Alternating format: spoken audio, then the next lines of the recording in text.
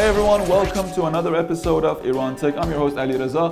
When COVID hits, a lot of industries tanked and a lot of people suffered as a result of everything turning remote, although that wasn't the case for certain industries and certain people. I'm looking at you, Jeff Bezos, and the owners of other online retail stores. I know you love the COVID era with the giant transfer of wealth that happened from the lower class up to the elite. I know you love the COVID era.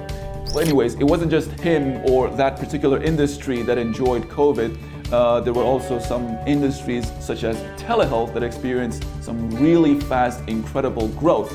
Now, the numbers say that in 2020, the global market value of the telehealth industry surpassed a whopping $62 billion. And it is estimated that as of 2028, that number will go north of $700 billion. Now, before we go any further though, we first need to describe what even telehealth is. Well, in very simple words, it's the provision of healthcare through the means of telecommunication technology. It can also bridge the gap between in-person and remote medicine and remote healthcare, which could also include patient monitoring, patient consultation, medical training, etc., etc. And one reason for the explosion of this industry could be attributed to the fact that there have been a lot of speedier growth in developing countries in terms of the growth of telecommunication infrastructure. And there's a lot of people in developing countries, and this paved the way for the explosion of the industry. Which brings us to the product that we are covering today.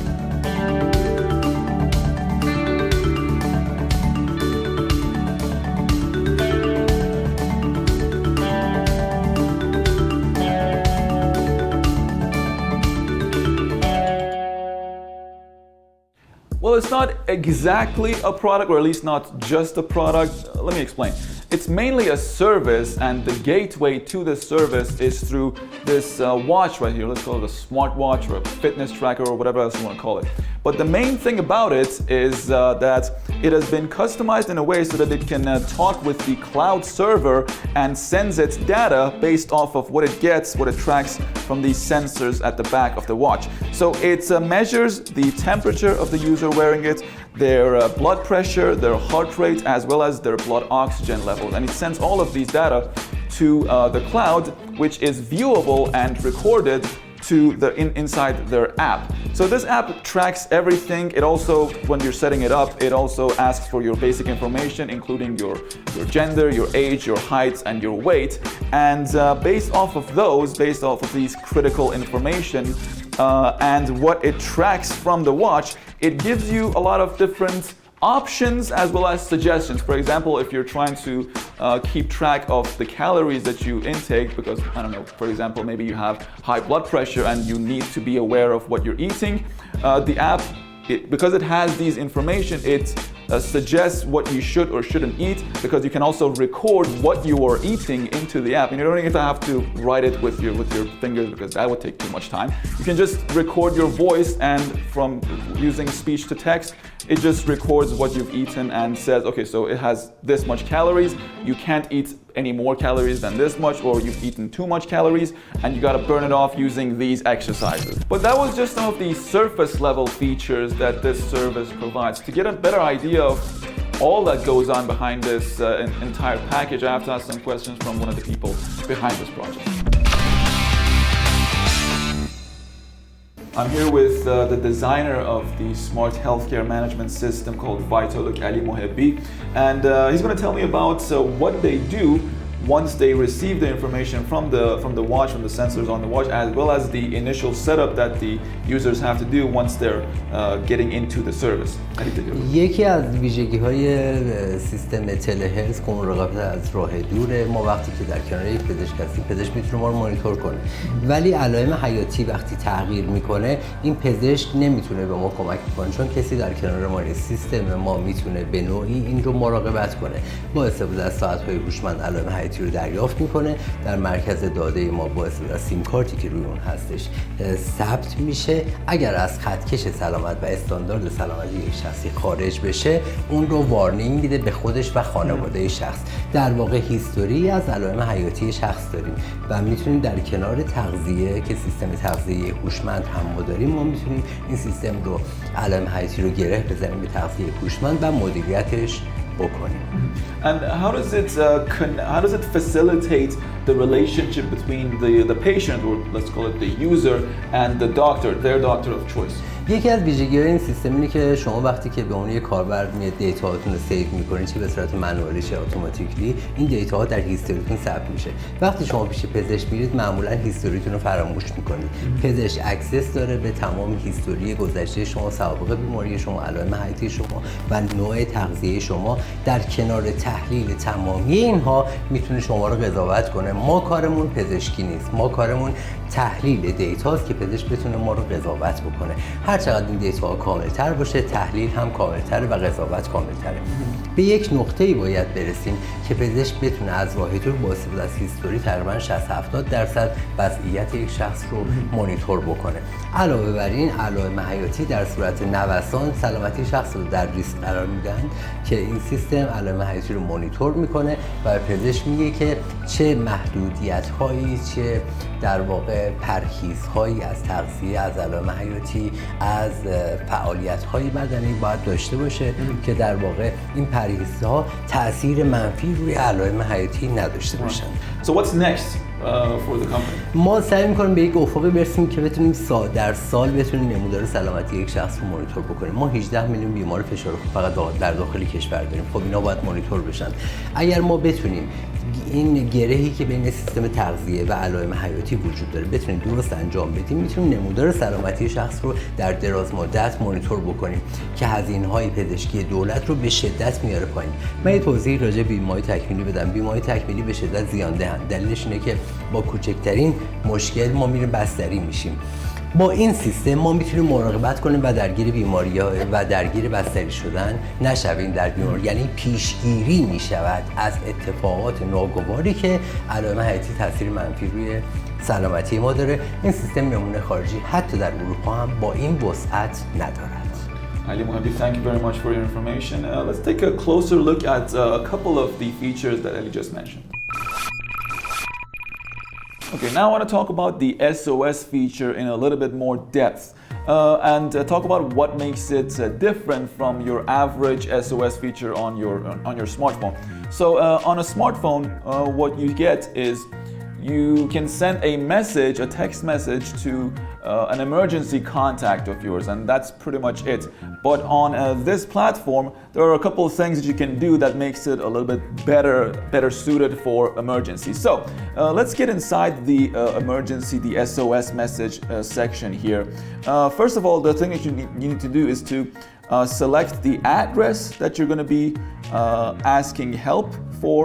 Once you do that, there's a slider and you ask for help once you slide this slider to the right. So the emergency, the SOS message has been sent. Now another thing that you can do, and this SOS message is sent to the emergency contacts that you have because it's not just limited to one. It sends them a message that this person has requested help. Now there are a couple more things that you can do here. Number one is that you can actually send you can record your voice on the platform and it automatically turns it into a text with the speech to text functionality that it has. من افتادم و نیاز به کمک دارم. And it sends also a text message as well as a message on the platform to your emergency contacts. Now the text message, that's standard and is also necessary because not everyone has internet at all times. I'm talking about the emergency contacts. But what it has on top of that is that when the message is sent on this platform and the emergency contacts receive the SOS message and the message that you have recorded for them, they can respond to it by saying, I'm going to respond to this call and I'm going to come in that site. Or you can say, I'm not going to be able to make it. And there's a monitoring system on the platform that sees how the emergency contacts have responded to the call, and if they have not responded for a while, or if they both or all of them have said that they're not going to be able to make it, they're going to send a nurse on their own. So these are the features that makes it unique on top of your regular mobile operating system's SOS functionality. So that was the SOS functionality, but there's still the nurse calling system that is yet to be talked about. So I'm here now with Alireza Kaviani, the head of the programming department at Vitalook, and what I wanted him to explain is the nursing call system and what prompted him to design the service in the comprehensive way that it is now. So Alireza, take it away. اصلا شروع قسمت این فیچر درخواست پرستارم از اینجا شروع شد که من یه روزی خونه یک از دوستامون دعوت بودم و این تو دوران این کرونا بود و یه سرامی می‌خواست واسه بچه‌شون دست بکنه و یه زنگ زدم به یکی از این شرکت‌های پرستاری و گفتن که ما پرستار می‌خوایم. گفتن ساعت 5 مثلا پرستار میاد. ما تا ساعت 9 که اونجا بودیم پرستار ساعت 9 اومدش و اومد و با سرمو زد و گفتش که این وقتی تموم شد بکنین به همه خودتون درش در بیاریمش به خودمون درش بیاریم که حالا ما وایساریم دیگه مجبور بودیم دیگه پرستارا مجبوریم ما با پولش رو بدیم و رفتش. بعد که اومدیم این سیستم رو طراحی کردیم که گفتیم که اول اینکه بیاین اون مدت زمان حل بکنیم. خب اون پرستاری که خب می‌خواست بیاد شاید حالا ما پیش خودم فکر کردم شاید مسئولیتش نسبت به ما دور بود. شاید یه پرستار خب نزدیکتری توی اطراف خودم بوده باشه که اومدیم این قضیه رو گوشیم که بیاد پرستارا بر اساس یه شعاری سلکت بکنه. این اولین قضیهش بود که انجام دادیم. بعد دومین فیچری که خواستیم انجام بدیم خب همین روی تخصص پرستار بود. خب پرستار به مثال نمیدونه بیمار چه مشکلاتی داره، چه علائم حیاتی داره، چه سوابق بیماری داره و اومدیم یه فیلترینگی هم واسه این گذاشتیم. به مثلا بیاد یه بیماری باشه که مشکل دیابت داشته باشه خب و پرستار نمیدونه، پرستاری که رفته نمیدونه دیابت و بهش یه سلام قند میزنه. مثلا میبینه که حالا به مثلا یه مشکل داره، اینم طبق عادت میاد یه سلام قندی میزنه. خب برای یه بیمار دیابتی مرگ میشه دیگه. I sincerely hope you never experience what you did at that moment, and I hope that this service helps other people also prevent them from experiencing that. Thank you very much for the information, Alireza. Let's wrap up the show. خواهش میکنم. I already mentioned that the telehealth industry experienced massive growth in the past couple of years, but to get an understanding of why that happened, I'm here with Mohammad Vahidi, one of the designers and the analysts of this system, to explain to me why that happened. این صنعت هوش مصنوعی به هر حال قبل از اون آیتی اینا کلاً بخوام نگاه بکنیم توی سالهای اخیر مثل یه گوی سنگی خیلی بزرگ حرکت کردن. تمام صنایع رو تحت تاثیر قرار دادن. مقاومت در مقابلش هم اشتراک ناپذیره. یکی از این موضوعات بحث حوزه پزشکی و سلامت. توی دنیای پزشکی و سلامت یه همچین مقاومتی الان وجود داره، ولی قطعاً عرض کردم این به این سمت خواهد رفت. به هر حال ما شاید کسایی هستیم که گام‌های اولیه رو توی این موضوع برداشتیم و شاید در مقابل اتفاقاتی که آینده خواهد افتاد و بهش میرسیم ما قدم خیلی کوچیک و ناچیزی رو برداشتیم، هرچند که الان گام خیلی بزرگی به نظر میرسه و سیستم خیلی بزرگ و دست نیافتنی و سختی به نظر برسه، ولی واقعا از آینده بخوایم نگاه بکنیم و الان ما یه گام کوچیکی داریم توی حوزه برمی‌داریم.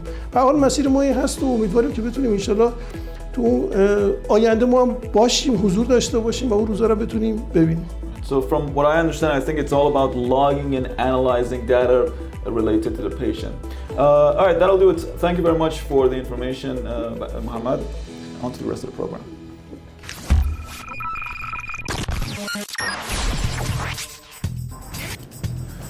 It was only a matter of time before we started doing our health-related tasks and the communication between patients and doctors and nurses through a more intelligent system. But that time has very much been here. It's just that apparently we needed the pandemic to make that process a little bit quicker, that process of adoption.